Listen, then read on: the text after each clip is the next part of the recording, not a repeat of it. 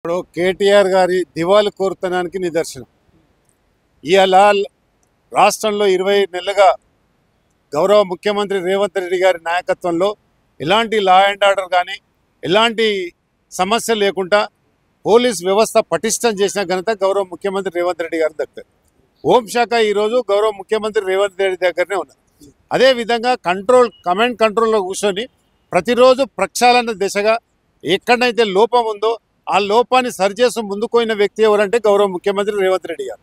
అదేవిధంగా కేటీఆర్ గారు డీజీపీ గారిని కానీ ఐపీఎస్ అధికారులు కానీ పట్టుకొని ఇష్టానుసారంగా మాట్లాడడము వాళ్ళ దివాళీకోరుతనానికి నిదర్శనం అని చెప్పక తప్పదు.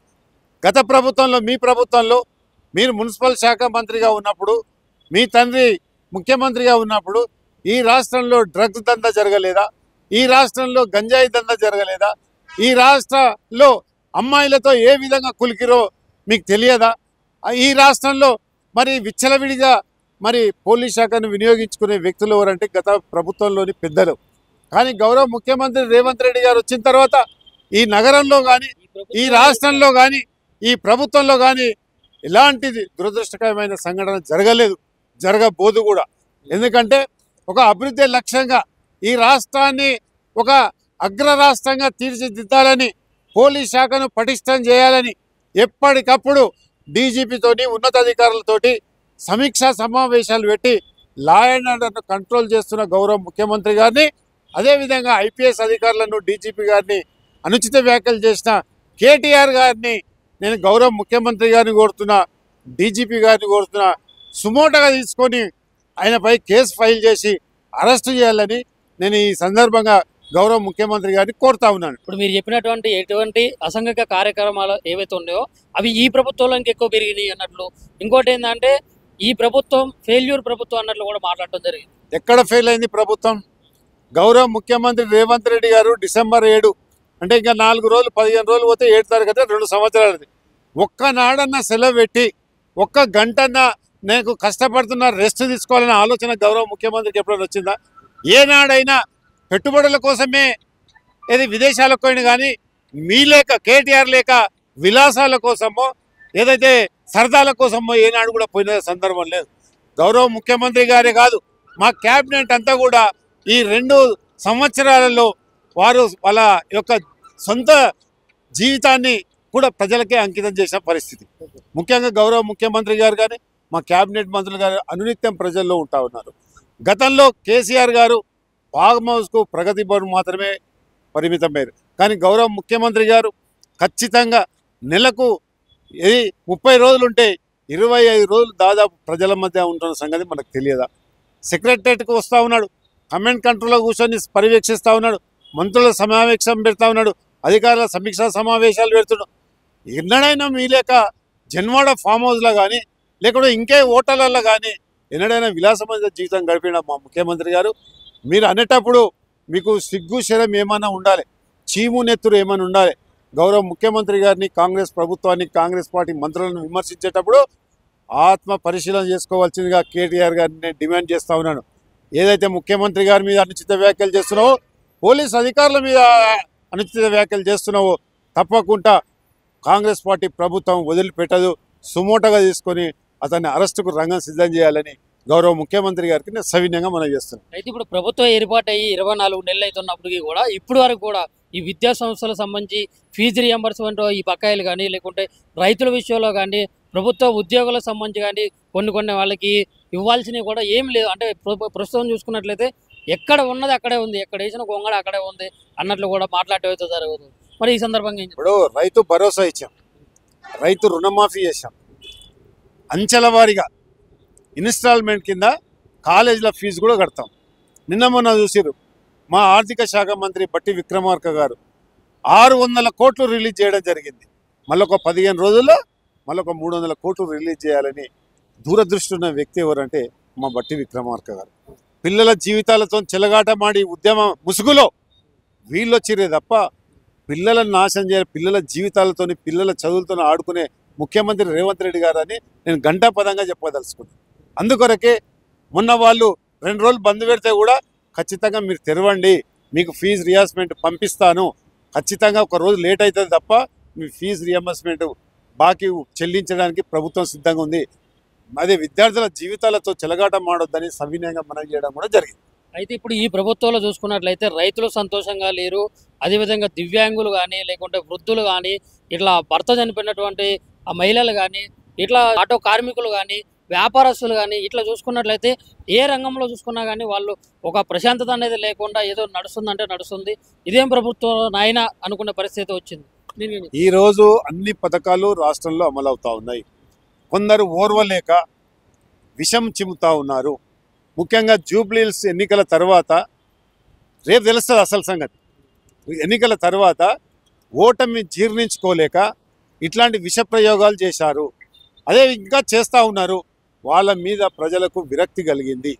టీఆర్ఎస్ కానీ అదేవిధంగా బీజేపీ నాయకులు. నేను ఛాలెంజ్ విసురుతున్న సిగ్నేచర్ టీవీ ద్వారా కిషన్ రెడ్డి గారు కేంద్రం నుంచి ఎన్ని నిధులు తీసుకొచ్చారు, ఎన్ని ఉద్యోగాలు తెచ్చారు, అదే జూబ్లీహిల్స్ నియోజకవర్గంలో ఎంపీ ల్యాండ్స్ ఎన్ని తీసుకొచ్చారు, బస్తీ దవాఖానలు ఎన్ని కట్టారు, మహిళా భవన్లు ఎన్ని కట్టారు, మార్కెట్ కమిటీలు ఏర్పాటు చేసిరా, ఏ భవనాలు మీరు ఎంపీ ల్యాండ్స్కి పెట్టిరు, మీకు వచ్చే సంవత్సరంలో వచ్చే మీ యొక్క ఎంపీ ల్యాండ్స్ కింద జూబ్లీహిల్స్ నియోజకవర్గానికి ఎన్ని పెట్టిరు, అదేవిధంగా సికింద్రాబాద్ నియోజకవర్గానికి ఎన్ని పెట్టిరు, నేను ఛాలెంజ్కి సిద్ధమని సందర్భంగా మనం చేస్తున్నాను. అదేవిధంగా బీఆర్ఎస్ నాయకులు కూడా అదే విధంగా మాట్లాడుతున్నారు. రెండు ఒక తానులో ముక్కలే.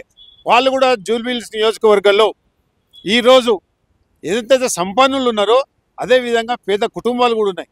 ఒక్క రేషన్ కార్డు ఇచ్చిన చరిత్ర నేను గాంధీ భవన్ ముంగడ ముక్కుని నేలక్రాస్లో. ఇలా మహాప్రభుత్వం వచ్చిన తర్వాత 14,000 రేషన్ కార్డులు ఇలా మంజూరు చేసి సన్న బియ్యం ఇలా రేషన్ షాప్లో ఇస్తున్నాం.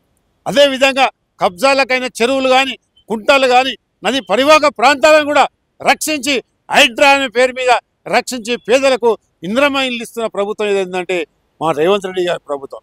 అదేవిధంగా జూబ్లీహిల్స్లో కూడా ఇలా 4,000 ఇంద్రమ ఇల్లు ఇవ్వడానికి శాంక్షన్ మంజూరు, అంటే ఎన్నికల కూడా ఉంది కాబట్టి శాంక్షన్ చేసిన గొప్ప చరిత్ర దార్శనికుడు గౌరవ ముఖ్యమంత్రి రేవంత్ రెడ్డి గారు అని చెప్పక తప్ప. ఇప్పుడు జూబ్లీహిల్స్ ఎన్నికలు అన్నారు కదా, ఈ ఎన్నికల్లో ఎందుకని రాష్ట్ర వ్యాప్తంగా ఉన్నటువంటి కాంగ్రెస్ నాయకులంతా కూడా వచ్చి జూబ్లీహిల్స్లోనే తిరగడం, దీనికి అంత పెద్ద ఎందుకు ప్రచారం చేయాలి? ఇప్పుడు మీరు చెప్పినట్లయితే మీరు ఫెయిల్యూర్ గవర్నమెంట్ కాదు, ఈ ప్రభుత్వం చాలా మంచి పనులు చేస్తుంది అంటున్నారు. మంచి పనులు చేసినట్లయితే దానికి అక్కడ అంత హంగామా ఎందుకు నడిపించారు? హంగామా ఏం లేదు. కార్యకర్తలు స్వచ్ఛందంగా వచ్చారు. జూబ్లీహిల్స్ ఎలక్షన్లో గెలవాలని, జూబ్లీహిల్స్ ఎలక్షన్లో ఏదైతే బీఆర్ఎస్ టీఆర్ఎస్ కిషన్ రెడ్డి గారి దుష్ప్రచారం చేసిరో ప్రజలకు వివరించాలి.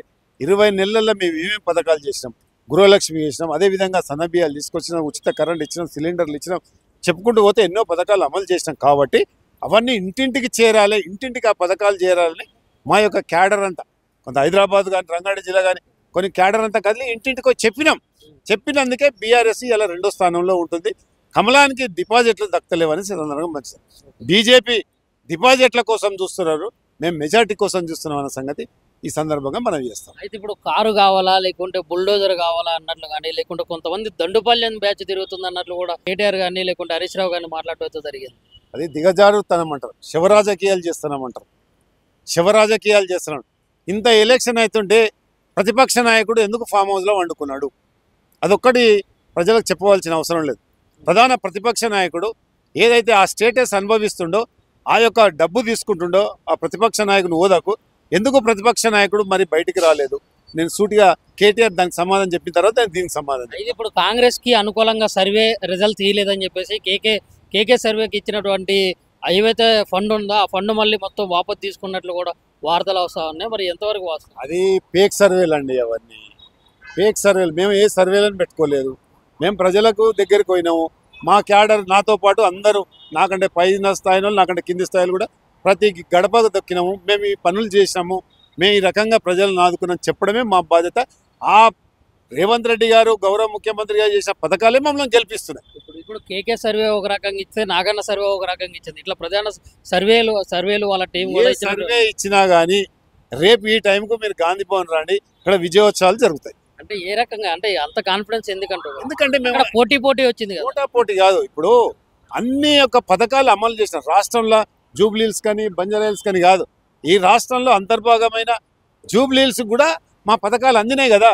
ఉదాహరణకు రేషన్ కార్డే అంటున్నాం, ఉదాహరణకు 500లకు సిలిండరే అంటున్నాం. అదేవిధంగా కటింగ్ షాప్కు, బార్బర్ షాపులకు, అదేవిధంగా మరి డ్రై క్లీన్ షాప్లకు అందరు కూడా ఎన్నో యూనిట్ల వరకు మనం ఫీజు తీసుకుంటలేము కదా, కరెంట్ ఛార్జీలు తీసుకుంటలేము. ఆ పథకాలన్నీ అమలు అయినాయి కాబట్టి ఇలా కాంగ్రెస్ పార్టీ వైపున జూబ్లీస్ ప్రజలు నిలబడ్డారు. అయితే ఇప్పుడు జూబ్లీహిల్స్ లో నవీన్ యాదవ్ గెలిస్తే కనీసం ఛాయ్ తాగినోడు ఛాయ్ పైసలు కూడా ఇవ్వడం అన్నట్లు కూడా మాట్లాడుతుంది. అంటే ఆ రకంగా ఒక దౌర్జన్యం చేస్తూ ఒక రకమైనటువంటి వ్యవస్థ అక్కడ ఏర్పడుతుంది అన్నట్లు కూడా ఒక ప్రచారం అవుతుంది. నవీన్ యాదవ్ ఒక సామాజిక కార్యకర్త, వాళ్ళ తండ్రి సామాజిక కార్యకర్త. ఓర గరీబోళ్ళ ఇంట్లో పెళ్ళైనా కానీ, గరీంట్లో శుభకార్యమైనా కానీ, లేకుంటే ఇంకే కార్యక్రమం అయినా కానీ వాళ్ళు ఆ జూబ్లీహిల్స్ చెక్ పోస్టు అదేవిధంగా ఆ ప్రాంతాన్ని ఆదుకున్న వ్యక్తులు. వాళ్ళు అనవసరంగా టీఆర్ఎస్ నాయకులు రౌడీ గుండా, వాళ్ళు గుండాలు గారు రౌడీలు గారు, వాళ్ళు రెజ్లర్స్. వాళ్ళు ఎంతసేపటికి బీద ప్రజలు ఎవరైనా పెళ్ళుందంటే వాళ్ళకు ఇంత ధన సాయం చేయడం, మాట సాయం చేయడం, ఎవరింట్లో చావైతే వాళ్ళ ఇంటికి పోయి పరామర్శించడం, కావాల్సిన వసతులు ఏర్పాటు చేయడంలో వాళ్ళు ముందంజ ఉన్నారు. కాబట్టి వీళ్ళు చేసే గుండా రౌడీ అనే ప్రచారం అక్కడ ప్రజలు నమ్మలేదు. అందుకొరకు కాంగ్రెస్ పార్టీకి ఓటేసి